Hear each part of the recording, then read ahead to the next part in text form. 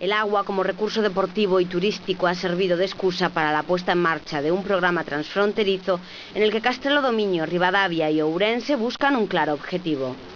A pretensión deste proxecto que se presentamos, a auga como recurso deportivo e turístico, é a de convertir o Miño nun vínculo de unión entre estes tres concellos, Castrelo de Miño, Ribadavia e máis Ourense, e recuperar a vida e o dinamismo que esta parte do Miño tiña aínda non hai moitos anos con barcas operando dunha beira a outra do río.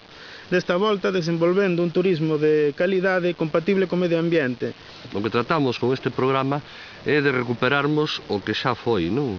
Un sentido de país na súa integridade, onde fagamos entre todos proxectos comuns, prescindindo das rallas administrativas que no seu momento nos impuseron, que nun mundo ademais globalizado e no marco da Unión Europea non ten ningún sentido. Este programa permitirá la recuperación de espacios naturales y patrimonio y la puesta en valor de sus recursos.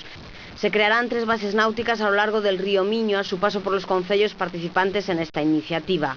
Se realizará un estudio de viabilidad para la puesta en funcionamiento de un servicio de catamarán que discurriría por el tramo más caudaloso del río entre Ourense, Castrelo y Ribadavia.